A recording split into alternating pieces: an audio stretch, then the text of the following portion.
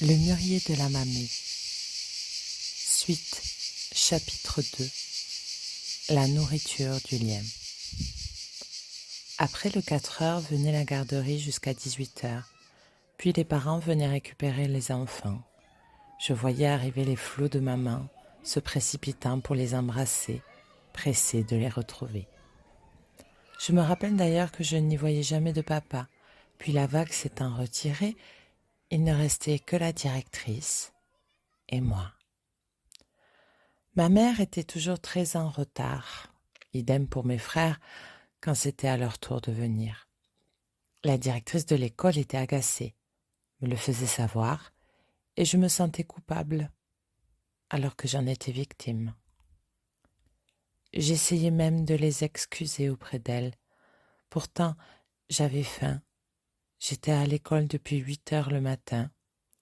Aucun enfant n'était venu me parler, et je ne voyais aucun visage familier arriver. Je me comparais forcément aux autres et je ne comprenais pas pourquoi moi, j'avais droit à tout cela. Je commençais à me sentir comme inférieure aux autres. Et puis un soir, personne ne vint. Elle finit par m'amener dans son bureau pour tenter de joindre ma mère à son travail ou à notre domicile, mais personne ne répondit, même pas mes frères. Il n'y avait pas de portable à l'époque. Il faisait nuit. Je commençais à avoir peur. Je ne pouvais croire que personne ne s'inquiétait pour moi. Ne sachant que faire, la directrice demanda à l'une des femmes de ménage de l'école, qui apparemment logeait dans le même HLM que le nôtre, de m'emmener avec elle et de tenter à son tour de contacter quelqu'un. Je ne la connaissais pas car elle ne travaillait que le soir, après que les derniers enfants aient quitté l'école. J'ai attendu qu'elle finisse et je suis partie avec elle. Je m'en souviens encore 40 ans plus tard, car outre le fait de me retrouver chez une inconnue, la nuit, alors que je n'avais que 5 ans, je découvrais un autre monde que celui que j'avais connu jusqu'alors. L'heure du repas du soir avec ma mère était toujours très tardive. Nous ne savions jamais vraiment quand et quoi nous allions manger.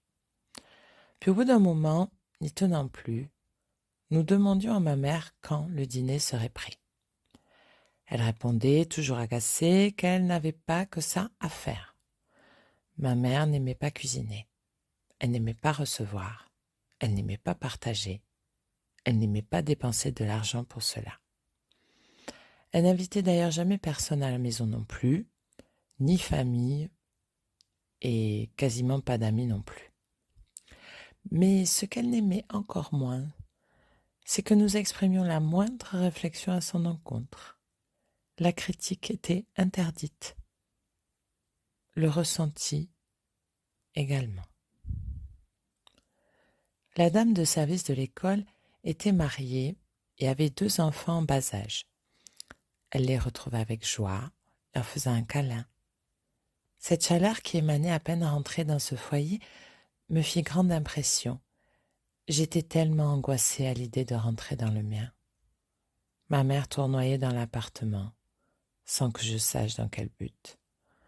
Mes frères se détestaient et je n'avais pas de chambre à laquelle je pouvais me réfugier. Après avoir embrassé ses enfants, mon hôtesse se dépêcha d'aller en cuisine pour préparer le dîner. Je fus très étonnée qu'une maman puisse avoir à cœur de ne pas faire attendre ses enfants et qu'elle se soucie autant qu'ils aient faim. Elle dressa la table, beaucoup plus tôt que j'en avais l'habitude, avec des plats que ses enfants semblaient aimer et dont je n'avais pas du tout l'habitude de manger. Elle me convia tout naturellement à partager leur repas, ce qui me ravit.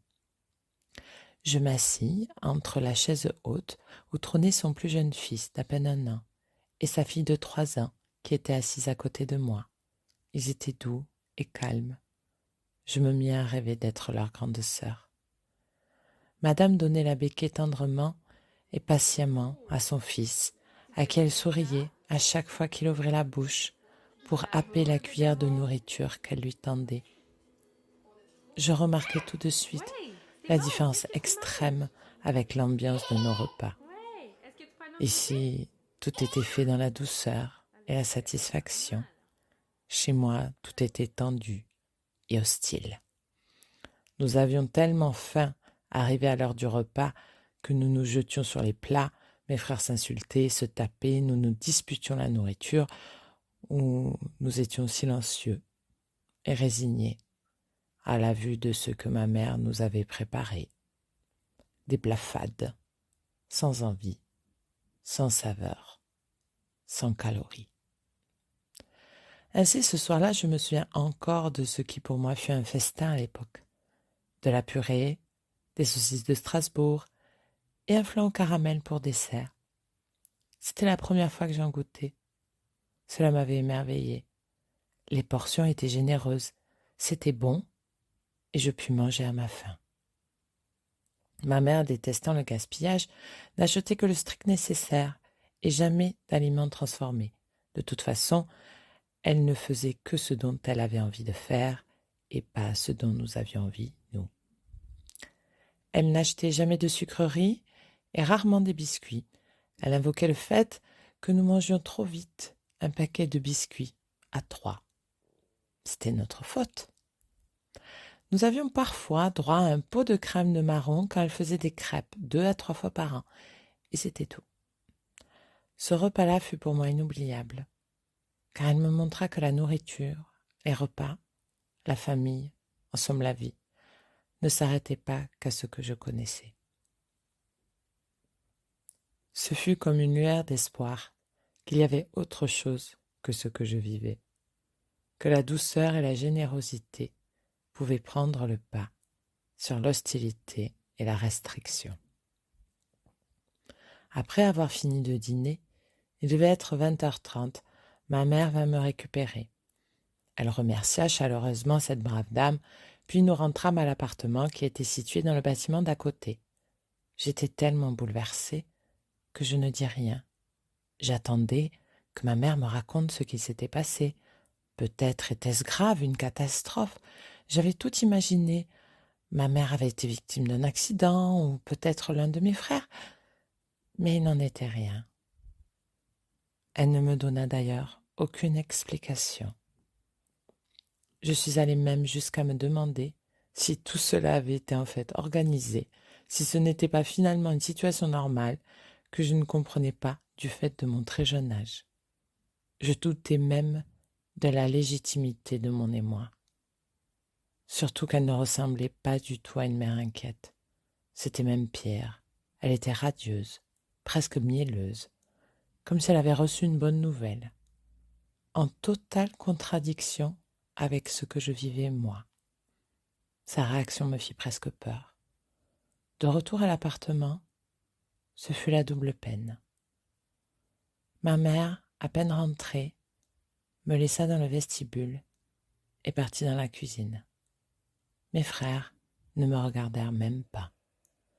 Ils n'eurent aucun mot, aucun geste pour moi. Rien. J'ai encore cette image gravée en moi où, figée, dans l'obscurité de l'entrée, j'apercevais du haut de mon mètre 15 l'arrière de la tête de mes frères, regardant la télévision à néon cathodique, et à ma droite, la lumière sortant de la cuisine. Seule la télévision et le bruit des ustensiles résonnaient. Je ne pouvais plus parler ou bouger.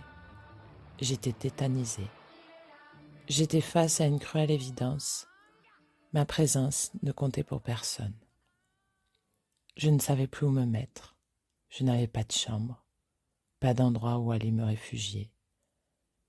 Je ne voyais en fait pas où était ma place dans cet endroit-là, avec ces personnes-là.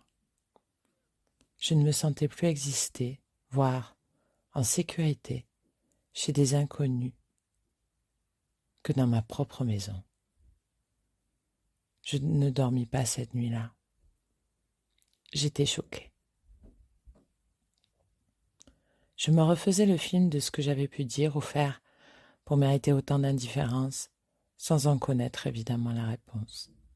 Quelques années plus tard, à la préadolescence, je revins sur ce souvenir et demandai à ma mère des explications sur les raisons de son absence ce soir-là.